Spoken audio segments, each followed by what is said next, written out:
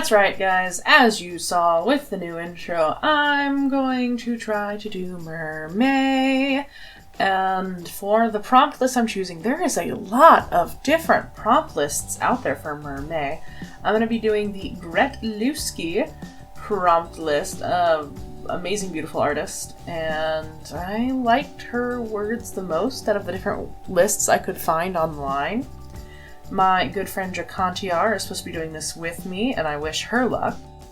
Starting us off, we had Offshore. So what I've done is I have picked a color palette, and I'm using Procreate, as you've probably already guessed, and doing a similar style to my last video just because it goes really quickly. So what I have decided to do is I'm gonna try to finish all 32, or 30, it's 30, if I can, and I'm gonna try and do it in this style because it's a lot of fun and I can pump them out relatively quickly without too much stress. So here we have our first of all of them with Offshore. So I got Offshore from, I could think of offshore oil rig. So we have kind of an underwater view of an offshore oil. We have kind of an underwater view of an offshore oil rig.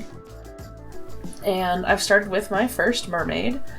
I could have done better with her armor you see me putting in now. I like her head and like upper torso, but I wanted her like lower torso to be armored, and it just kind of wound up looking like a studded leather vest. But I was trying to consider what kind of movement you would need with a mer body armor, so a studded armored vest. I gave myself a very limited color palette, and I do that with all of them. You'll see I just kind of go to the internet and pick color palettes that pick the theme I'm going with, and I go through them and layer them in. So this was a kind of green and teal color palette. I really wanted it to have this cool underwater murky appearance. I played with the directions my character was coming in, and coming up you'll see kind of my favorite part after I messed with the lighting a bunch was doing the texture. I had so much fun cutting and chopping out the seaweed and also putting texture into the hair because it really makes a huge difference in the appearance of something in this style with the texture. I'm really happy with how this one came out, and tell me what you guys think. I think it's pretty. Number 2 is a little different of a one. I got a warmer color palette. I wanted to play with warmer tones. In the end, it actually wound up still very, very cool. It was Diving Helmet, and I had never drawn a diving helmet before, and I really hated this until I kind of put in the character himself, and it actually made the diving helmet look a lot better. The perspective was totally off, but the character blocks most of that out. So yes, diving helmet, big bronze monster, played with laying in sand and a basic background, more so than the last one, but I really want to go with texture.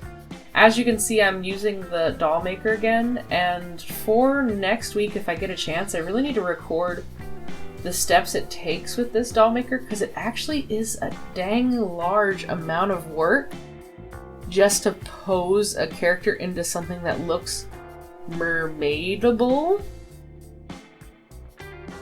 This specific guy is supposed to be a Dumbo octopus, which at first looked really cool with all the tentacles, but something I had a lot of trouble with was a Dumbo octopus actually has a membrane between the tentacles. Not as intense as the one I gave it, but still. So it was a little hard to figure out how to make it look membraney, but still cool. And I was trying to figure out the colors I wanted with this guy, because I wanted the warm tones, but he was blending way too much into the copper of the helmet, so I actually wound up shifting him to a cooler yellowy green color, which a lot of the Dumbo octopi I've seen are yellow, so there's that. Added a bunch of fog, a bunch of lighting, texturize the hair, you know, he's a cutie. Day 3, the word was coral, and I think this is one of my favorites. I think this is my husband's #1 favorite. It's fun to have the perspective, and I just kind of like the character. The fish I went with was a parrotfish, and I really wanted to have kind of a commentary and a contrast. The color palette I chose had greens and blues, which I wanted to keep kind of for the fish, and pinks, which made me think of coral. But there was that white, and all I could think of with that cream white is what dying coral looks like. When it dies off, it kind of is this bone white appearance, and while pretty, if you know what it is really sad. And I played with that idea with my coral.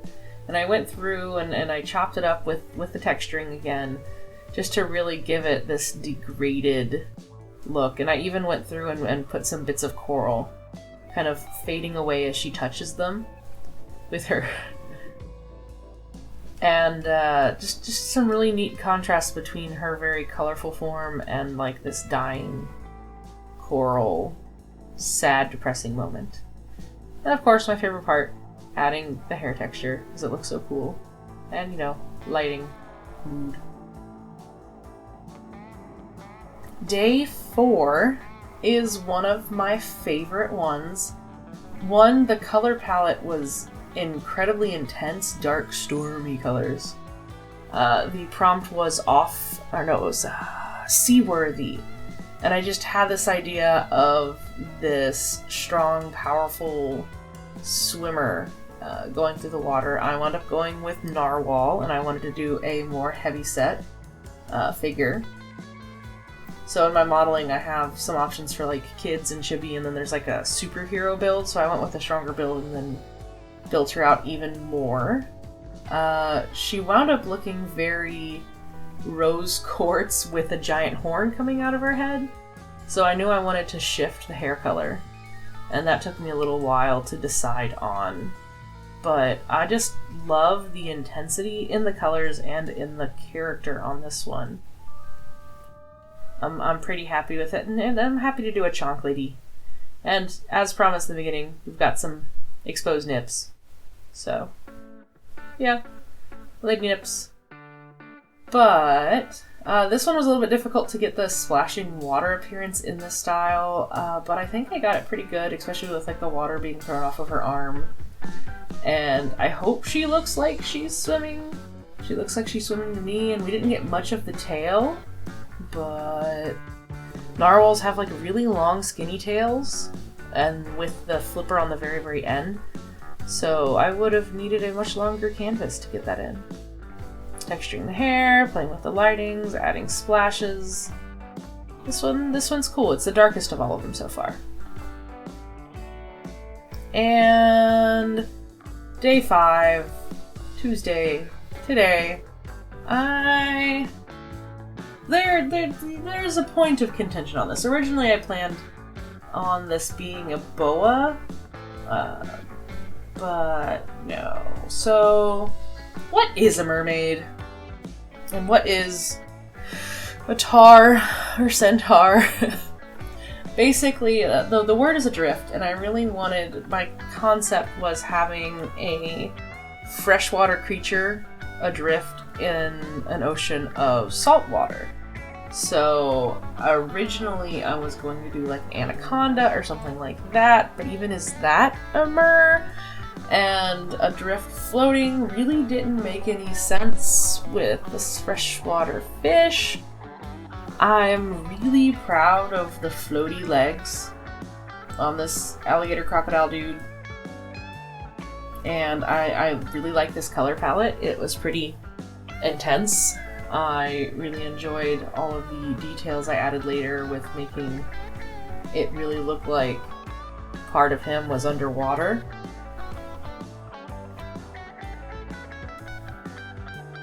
But does this count as a mer? Does it not count as a mer? I don't know. I'm gonna count it, but maybe you won't. And it doesn't matter, because we're going with what I'm doing. Anyway, that was my last one. So here are all four. So here are the first 4 parts of my MerMay.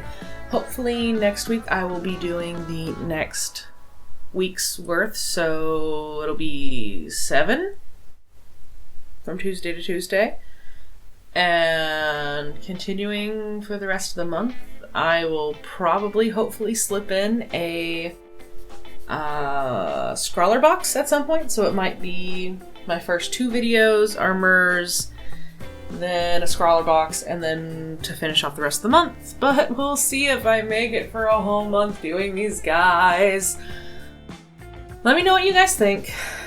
What's the difference between a mer and a tar? Do you guys count my last one?